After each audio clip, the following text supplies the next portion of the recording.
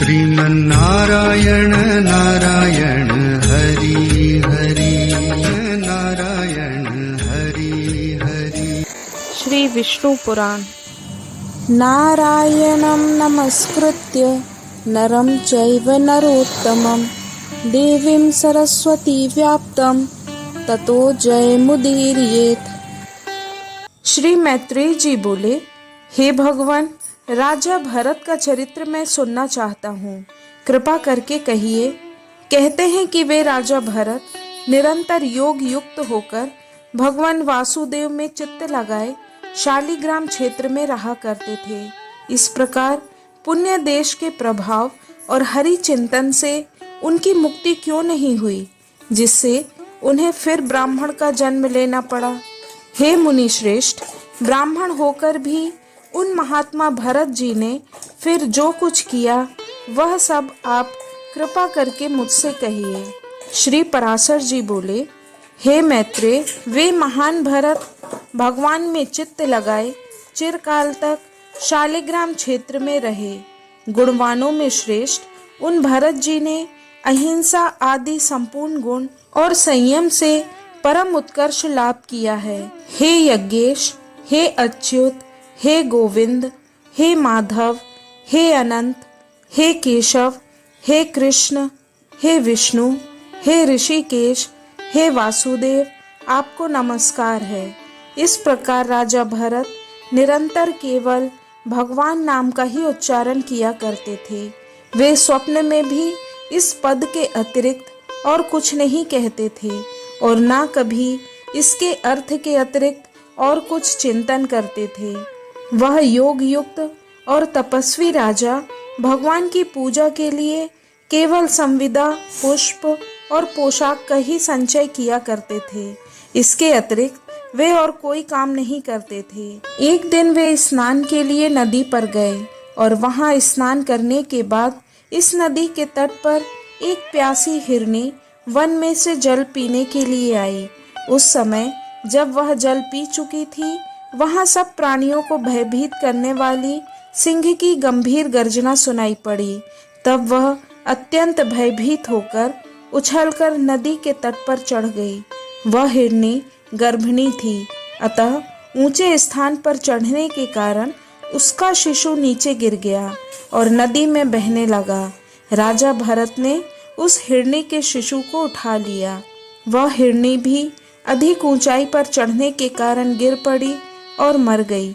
उस हिरनी को मरा हुआ देखकर तपस्वी भरत उसके बच्चे को अपने आश्रम पर ले आए। उन्होंने उस मृग शिशु का नित्य प्रतिपालन पोषण किया। उन्हें पोषित होकर वह दिनों दिन बढ़ने लगा। वह बच्चा कभी तो आश्रम के पास ही घास चरता रहता और कभी वन में दूर तक जाकर सिंह के भय से लौट आता। प्रातःकाल वह बहुत दूर भी चला जाता तो भी सायंकाल को फिर आश्रम में ही लौट आता था और भरत जी के आश्रम के आंगन में ही रहता था। इस प्रकार कभी पास कभी दूर रहने वाले राजा का चित्त सर्वदा रहने लगा। वह अन्य विषयों की ओर जाता ही नहीं था। उन्होंने संपूर्ण राजपाट और अपने पुत्र तथा बंधु बांधवों को छोड़ दिया। वे ही भरत उस हिरनी के बच्चे पर अत्यंत ममता करने लगे। उस मृग शावक के लौटने में यदि देर हो जाती तो वे मन ही मन सोचने लगते कि उस बच्चे को कहीं किसी भेड़िए ने तो नहीं खा लिया, कहीं किसी सिंह के पंजे में तो आज वह नहीं पड़ गया। देखो, उसके घरों के कोने में से पृथ्वी कैसी चित्रित हो रही है, मेरी ही प्रसन्नता के लिए उत्पन्न हुआ है। वह मृग छोना ना जाने आज कहाँ रह गया। क्या वह सकुलता पूर्वक लौट कर आएगा? अपने सींगों से मेरी भुजा को खुजलाकर मुझे आनंदित करेगा। देर से लौटने वाले उस मृग के बच्चे के प्रति भरत मुनि इस प्रकार चिंता करने लगते थे और जब वह उनके निकट आ जाता तो उसके प्रेम से उनका मुख खिल जाता था। इस प्रकार उसी में आसक्त चित्त रहने से राज्य, भोग, समृद्धि और खजाने का त्याग करने वाले राजा भरत की समाधि भंग हो गई। उस राजा का स्थिर चित्त उसे मृग के चंचल होने पर चंचल हो जाता था और दूर चले जाने पर दूर चला जाता। कालांतर में राजा भरत ने उस मृग शावक के प्रेम में ही अपने प्राणों का त्याग किया। हे मैत्रेय, उन्होंने अपने प्राणों का त्याग करते समय और कुछ भी चिंतन नहीं किया।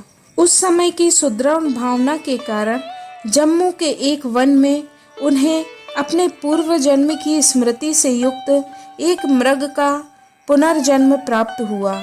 अपने पूर्व जन्म का स्मरण रहने के कारण वह संसार से उपरक्त हो गया और अपनी माता को छोड़कर फिर शालिग्राम क्षेत्र में आकर ही रहने लगा।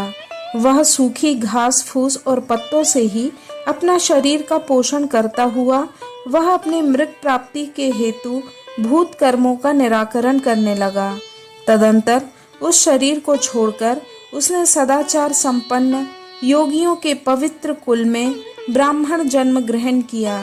इस वेश में भी उसे अपने पूर्व जन्म का स्मरण बना रहा। हे मैत्रेय, वह सर्व विज्ञान संपन्न और समस्त शास्त्रों के मर्म को जानने वाला था तथा अपने आत्मा को निरंतर प्रकृति से परे देखता था।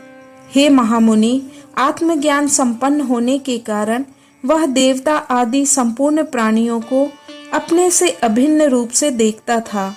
उपनयन संस्कार हो जाने पर वह गुरु के पढ़ाने पर भी वेद पाठ नहीं करता था तथा ना किसी कर्म की ओर ध्यान देता और ना कोई अन्य शास्त्र ही पढ़ता था। जब कोई उसे बहुत पूछताछ करता तो जड़ के समान कुछ असंस्कृत एवं ग्रामीण वाक्य से मिले हुए वचन बोल देता था। मैला कुचला शरीर, मलिन वस्त्र और अपरिमार्जक दांत युक्त रहने के कारण वह ब्राह्मण सदा अपने नगर निवासियों से अपमानित होता था। हे मैत्रेय, योगश्री के लिए सबसे अधिक हानिकारक सम्मान है। जो योगी अन्य मनुष्यों से अपमानित होता है वह शीघ्र ही सिद्धि प्राप्त कर लेता है। अतः योगी को सन्मार्ग को दोषित न करते हुए ऐसा आचरण करना चाहिए जिससे लोग अपमान करें और संगति से दूर रहें। हिरण्यगर्भ के सरयुक्त वचन को स्मरण करते हुए वह महामति विप्रवर अपने आप को लोगों में जड़ और उन्नत सही प्रकट करते थे। धान, शाक, जंगली फल तथा अनाज आदि जो कुछ भी मिल जाता उस थोड़े से को भी बहुत मानकर वह उसी को खा लेते और अपना कर्म करते रहते। फिर पिता के शांत हो जाने पर वह भाई बंधु उनके सड़े गले अन्न से पोषण करते हुए उनसे खेती बाड़ी का कार्य कराने लगे। वे बैल के समान पुष्ट शरीर वाले और कर्म में जड़वत निश्चेष्ट थे। अतः केवल आहार मात्र से ही वे सब लोगों के यंत्र बन जाते थे। अर्थात सभी लोग उन्हें सिर्फ आहार देकर अपना अपना काम निकाल लिया करते थे। उन्हें इस प्रकार संस्कार शून्य और ब्राह्मण वेद के विरुद्ध आचरण वाला देख रात्रि के समय पर्वतराज के सेवकों ने बलि की विधि से सुसज्जित कर काली का बलि पशु बनाया।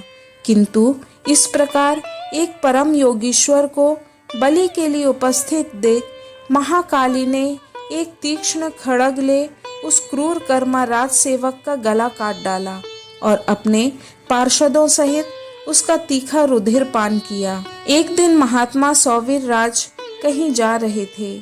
उस समय उनके बेगारियों ने समझा कि यह भी बेगार के ही योग्य है।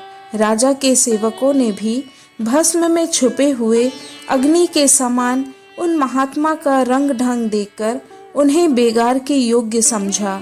हे द्विज, उन सौवीर राज ने मोक्ष धर्म के ज्ञाता महामुनि कपिल से यह पूछने के लिए कि इस दुखमय संसार में मनुष्यों का श्रेय किस में है, पालकी पर चढ़कर इक्षुमती नदी के किनारे उन महर्षि के आश्रम पर जाने का विचार किया। तब राज सेवक के कहने से भरत मुनि भी उसकी पालकी को अन्य बेगारियों के बीच में लगकर वहन करने लगे। इस प्रकार बेगार में पकड़े जाकर अपने पूर्व जन्म का स्मरण रखने वाले संपूर्ण विज्ञान के एकमात्र पात्र वे विप्रवर अपने पापमय प्रारब्ध का क्षय करने के लिए उस पालकी को उठाकर चलने लगे। बुद्धिमानों में श्रेष्ठ द्विजवर तो 4 हाथ भूमि देखते हुए मंद गति से चलते थे, किंतु उनके अन्य साथी जल्दी जल्दी चल रहे थे। इस प्रकार पालकी की विषम गति देखकर राजा ने कहा, अरे शिविका वाहकों, यह क्या करते हो? समान गति से चलो। किंतु फिर भी उसकी गति उसी प्रकार विषम देखकर राजा ने फिर कहा, अरे क्या है, इस प्रकार असमान भाव से क्यों चलते हो? राजा के बार बार ऐसे वचन सुनकर वे पालकी वाहक भरत जी को दिखाकर कहने लगे, हम में से एक यही धीरे चलता है। राजा ने कहा, अरे तूने तो अभी मेरी पालकी को थोड़ी दूर ही वहन किया है, क्या इतने में ही थक गया? तू वैसे तो बहुत मोटा मुष्टंडा दिखाई देता है, फिर क्या तुझ में इतना भी श्रम नहीं सहा जाता? ब्राह्मण बोले, राजन, मैं ना मोटा हूँ और ना मैंने आपकी पालकी ही उठा रखी है। मैं थका भी नहीं हूँ और ना मुझे श्रम सहन करने की ही आवश्यकता है। राजा बोले, अरे तू तो प्रत्यक्ष ही मोटा दिखाई दे रहा है। इस समय भी पालकी तेरे कंधे पर रखी हुई है और बोझा ढोने से देहधारियों को श्रम होता ही है। ब्राह्मण बोले, राजन, तुम्हें प्रत्यक्ष क्या दिखाई दे रहा है? मुझे पहले यही बताओ। उसके बलवान अथवा अबलवान आदि विशेषणों की बात तो पीछे करना। तूने मेरी पालकी का वहन किया है, इस समय भी वह तेरे ही कंधों पर रखी हुई है। तुम्हारा ऐसा कहना सर्वथा मिथ्या है। अच्छा, मेरी बात सुनो। देखो, पृथ्वी पर तो मेरे पैर रखे हैं, पैरों के ऊपर जंघाएं हैं और जंघाओं के ऊपर दोनों उरु हैं, तथा उरुओं के ऊपर उदर है, उदर के ऊपर वक्षस्थल, बाहु और कंधों की स्थिति है, तथा कंधों के ऊपर यह पालकी रखी है। इसमें मेरे ऊपर कैसे बोझ रहा? इस शिविका को जिसे तुम्हारा कहा जाता है वह शरीर रखा हुआ है। वास्तव में तो तुम कहीं और हो और मैं यहाँ हूँ। ऐसा कहना सर्वथा मिथ्या है।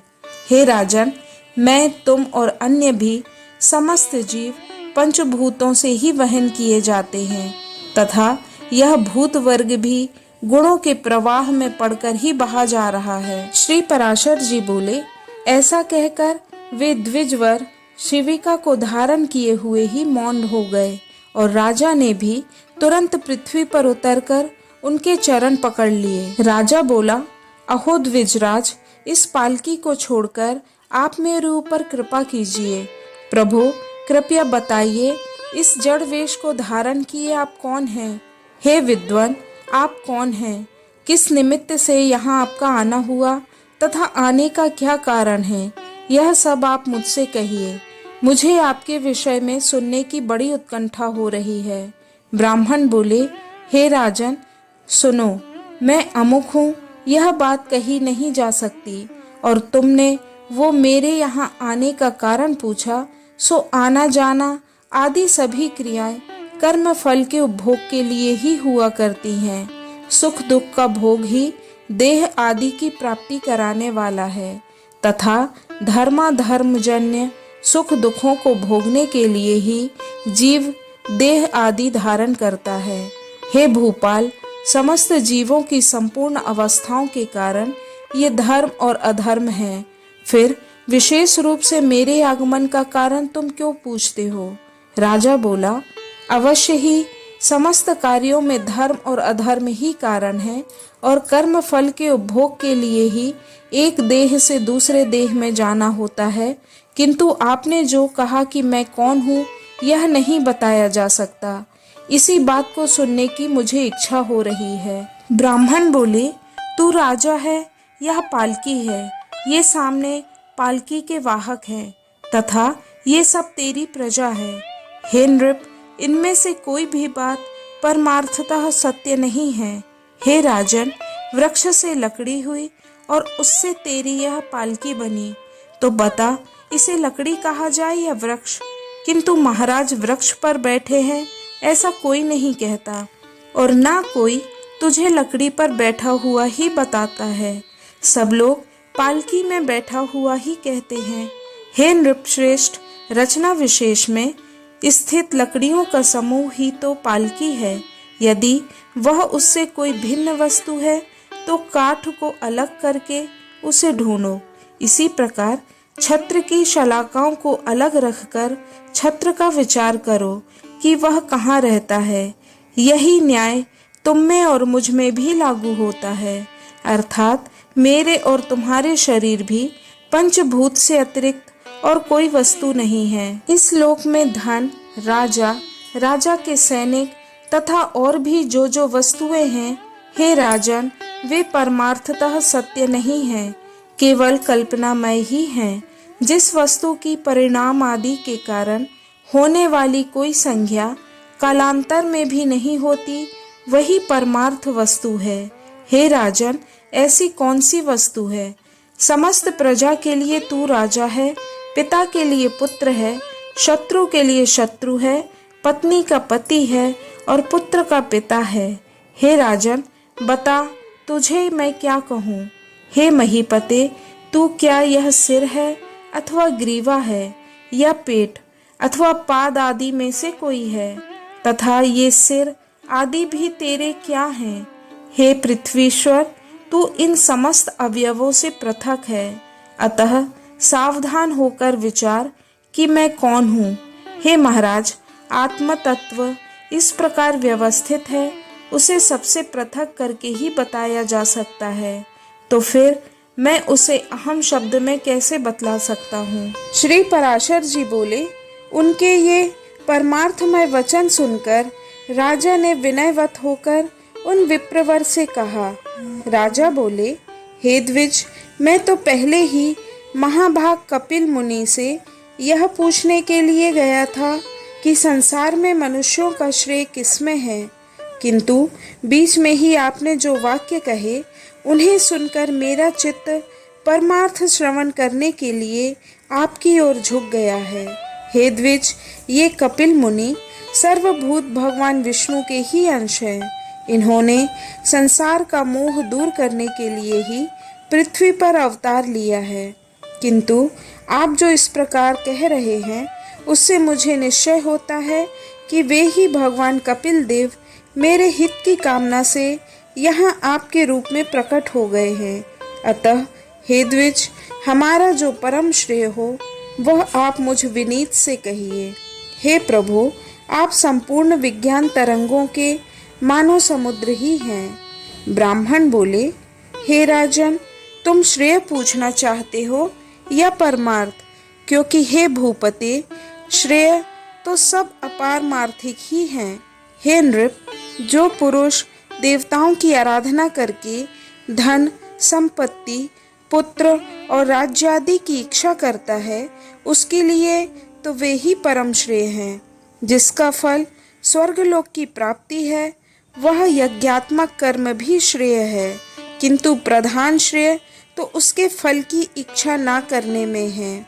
इस प्रकार श्रेय तो सैकड़ों हजारों प्रकार के अनेकों हैं, किंतु ये सब परमार्थ नहीं है। अन्य जो परमार्थ है सो सुनो। यदि धन ही परमार्थ है तो धर्म के लिए उसका त्याग क्यों किया जाता है, तथा इच्छित भोगों की प्राप्ति के लिए उसका व्यय क्यों किया जाता है? हे नरेश्वर, यदि पुत्र को परमार्थ कहा जाए तो यह अपने पिता का परमार्थ भूत है, क्योंकि फिर तो सभी कारणों के परमार्थ हो जाएंगे। इस चराचर जगत में पिता का कार्य रूप पुत्र भी परमार्थ नहीं है। यदि संसार में राज्य आदि की प्राप्ति को परमार्थ कहा जाए तो ये भी कभी रहते हैं और कभी नहीं रहते हैं। अतः हे राजन, निस्संदेह ये सब श्रेय ही है, परमार्थ नहीं है। अब जो परमार्थ है वह मैं संक्षेप में सुनाता हूँ। आत्मा एक, व्यापक, सम, शुद्ध, निर्गुण और प्रकृति से परे है। यह जन्म, वृद्धि आदि से रहित, सर्वव्यापी और अव्यव है। हे राजन, वह परम ज्ञानमय है। असत नाम और जाति आदि से उसकी सर्वव्यापक का संयोग कभी ना हुआ है, ना होगा, और वह अपने और अन्य प्राणियों के शरीर में विद्यमान रहते हुए भी एक ही है। इस प्रकार जो विशेष ज्ञान है वही परमार्थ है। द्वैत भावना वाले पुरुष तो अपरमार्थदर्शी हैं। जिस प्रकार एक ही वायु बांसुरी के अलग अलग छिद्रों में जाकर भिन्न भिन्न स्वर प्रकट करती है, उसी प्रकार एक ही परमात्मा के अनेक भेद प्रतीत होते हैं। एक रूप आत्मा के जो नाना भेद हैं, वे बाह्य देहादि की कर्म प्रवृत्ति के कारण ही हुए हैं। इस संसार में जो कुछ है वह सब एक आत्मा ही है और वह अविनाशी है। इससे अतिरिक्त और कुछ भी नहीं है। मैं, तू और ये सब आत्मस्वरूप ही हैं।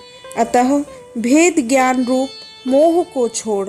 श्री पराशर जी बोले, उनके ऐसा कहने पर सौवीर राज ने परमार्थ दृष्टि का आश्रय लेकर भेद बुद्धि को छोड़ दिया और वे जातिस्मर ब्राह्मण श्रेष्ठ भी बोधयुक्त होने से उसी जन्म में मुक्त हो गए।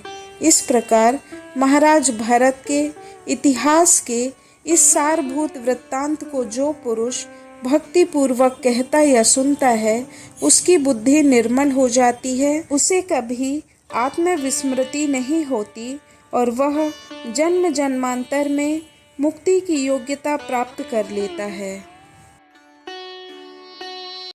श्रीमन्नारायण नारायण